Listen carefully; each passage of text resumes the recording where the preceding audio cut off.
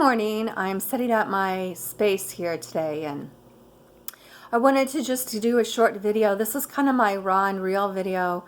I'm Lorelei Brogan, and I'm working on things behind the scenes. So many things are going on right now, and if you've never seen what I do, I'm going to start with something probably a lot of people don't know about me, and that's when I was 25 years old. I felt like I had done everything that society had asked of me. I'd done everything that I wanted to do personally for myself. I put myself through college, and I chose a career in marketing because it was creative. It blended psychology and sociology. And at the time, I had always thought that I would be a nurse, and I'd always thought that I'd work in the burn unit. And then I just had this epiphany. And it was just a feeling, and it was something I couldn't get over. It was something that stayed with me. And so while I did continue to go into the health field, I did go more into the holistic health. I didn't even know what energy work was. I'd heard of faith healers. I'd seen people on TV saying, "I'll heal you if you'll give me money." I'd seen people in my neighborhood give their money to really big organizations and sell their home and live. And I saw the abuse, but I also saw the beauty of religion in life. And I knew that I wanted something more. I wanted something different. And so at 25 years old, I was in training in Las Colinas, Texas. I was a trainer for Hewlett Packard. I'd been promoted. I'd gotten my college degree. I was traveling. I really loved what I did. And I wanted more. I continued to volunteer at a women's shelter. I continued to volunteer at animal shelter. And I recently had a lot of really, really wonderful experiences in teaching literacy, being a literacy volunteer. And I really, really love that.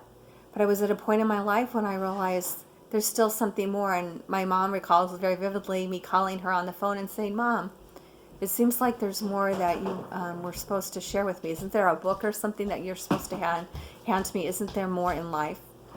And she kind of laughed, and she had a certain kind of a life and lived during a time period in which women weren't readily going to college. And she'd done so many things with her life. She's somebody who really should have gone to college and become a doctor or a lawyer, but just didn't have the support to be able to do that. So I was in Las Colinas, Texas, and I had decided that if I was going to live life, that I was going to live it, and I was going to be happy. And I really wasn't happy, but I'd done all those things that I was told to do. I had a lot of dreams. I had a lot of energy. I'd always been really sensitive to energy. I didn't realize that it just was a way of life for me. There wasn't a lot that I could do about it, and I got sick a lot. I had ulcers. I had headaches, and really didn't understand the cause of any of this. But what motivated me to do something was my dreams. And my dreams were really vivid. They'd always been very vivid. Some of them were precognitive, and most of them were very in tune about what was going on in my life.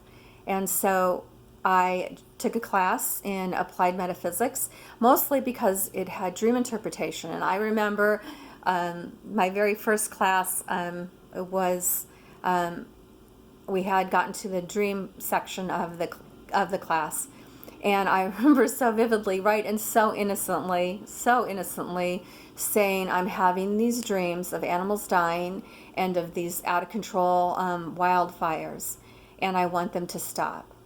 How can I make them stop?" And I was being honest, right? And so the person who was there with me had said, "How about if you come and you write down your dreams, and we'll work on them as a class and individually together.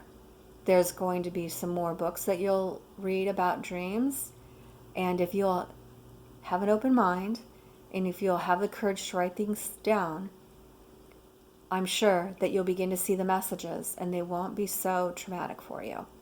Let's try that first. And of course I did, and I had lots of dreams to write down, and I started writing down. And for many years I taught dream interpretation and meditation. I taught visualization and astral projection. I was a volunteer.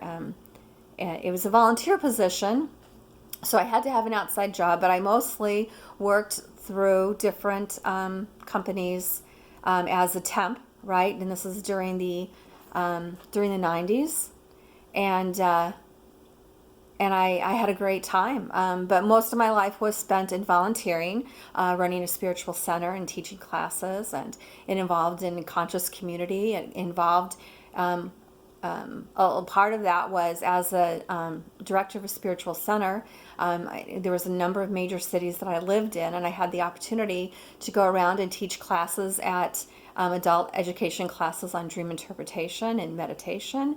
I had the opportunity to be on midday shows, mostly interpreting dreams and inviting people to learn more about themselves and unlock the inner secrets of their own mind. And I also learned a little bit about healing, but I really found out that healing was really what my passion is. And so I did go on to complete those studies and go on to healing. And that was a long time ago, over 20 years ago. But I really loved I loved doing, at the time, this is before the cell phone, this is before the internet, this is AOL had just started, right? And so the only way to really get your message across was through radio and TV. And so I had the opportunity to be on a couple of drive time shows on the radio in a couple of major markets in the morning. And if you've ever met me, I'm actually kind of an introvert. The only time I'm really out there is when I feel aligned with a passion and a cause.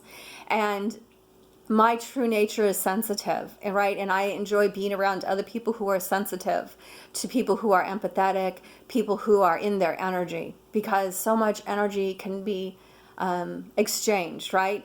But when you're not in tune with yourself and you're not in tune with other people, it's a little more challenging. And I'm actually not the kind of person who likes to charge in, right? If somebody is being demanding, if somebody is being opportunistic with me, I don't usually call them out.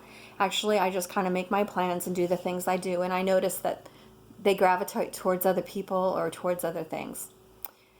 However, one thing I really did enjoy, and I found out that I'm really good at, is dream interpretation, because, like I said, I started because I wanted to turn off my dreams.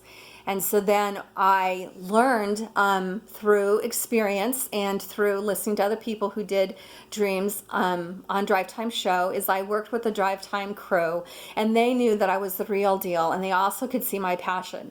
Now, they also knew this could be a wild audience, and maybe not a huge, as we would say today, niche or target. Like, a lot of people who are listening were not going to become students.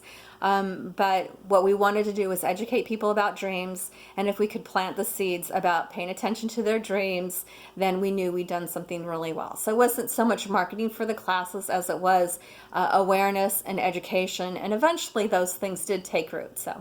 But anyway, so the Drive Time Show programs were really a great training area for me, because sometimes there'd be people who'd come on the show and they honestly were just trying to get on the radio, and they'd say crazy things. And the people who worked on the show were really good about trying to make sure that these are people with genuine questions. And sometimes people have really personal things that are going on in their life and in their dreams. And so I kind of had to learn a way to kind of cut through the sarcasm and some of the nervousness and really give them a message, to really give them an insight. And honestly, a lot of the dream interpretation that you see people do, my great aha is that it's intuition. It's really not so much learning those symbols mean this thing. It gets you out in your consciousness. It gets you out into the realm of dreams. And once you get there and once you start connecting with your symbols, then you kind of let go of the books and you start having your own symbols and you start moving into meditation and energy. So my husband and I were talking about this the other day. I'm like, I wish I had tapes because I'm like completely a different person. And it's not that I'm a different person, but it's like I knew I needed to show up in a different kind of energy in order to handle all the sarcasm and to be there with people to get the message. And it was a lot easier doing that over the radio than it would be doing something in person. So I really love that. I love dreams, and I see this big connection between dreams and meditation and ascension. And so that's a little bit about me. I'm the person who wanted to turn off their dreams. I'm the person who was plagued by dreams, and my kids have been too. I have found it to be a great ally. I have found it to get many messages, and I do a lot of my best work when I'm sleeping. So that's a little bit about me and about where I got started, and that was from 1990 to 1997. I started teaching metaphysics when I was 25 years old, and I've never stopped. I love you, and more later.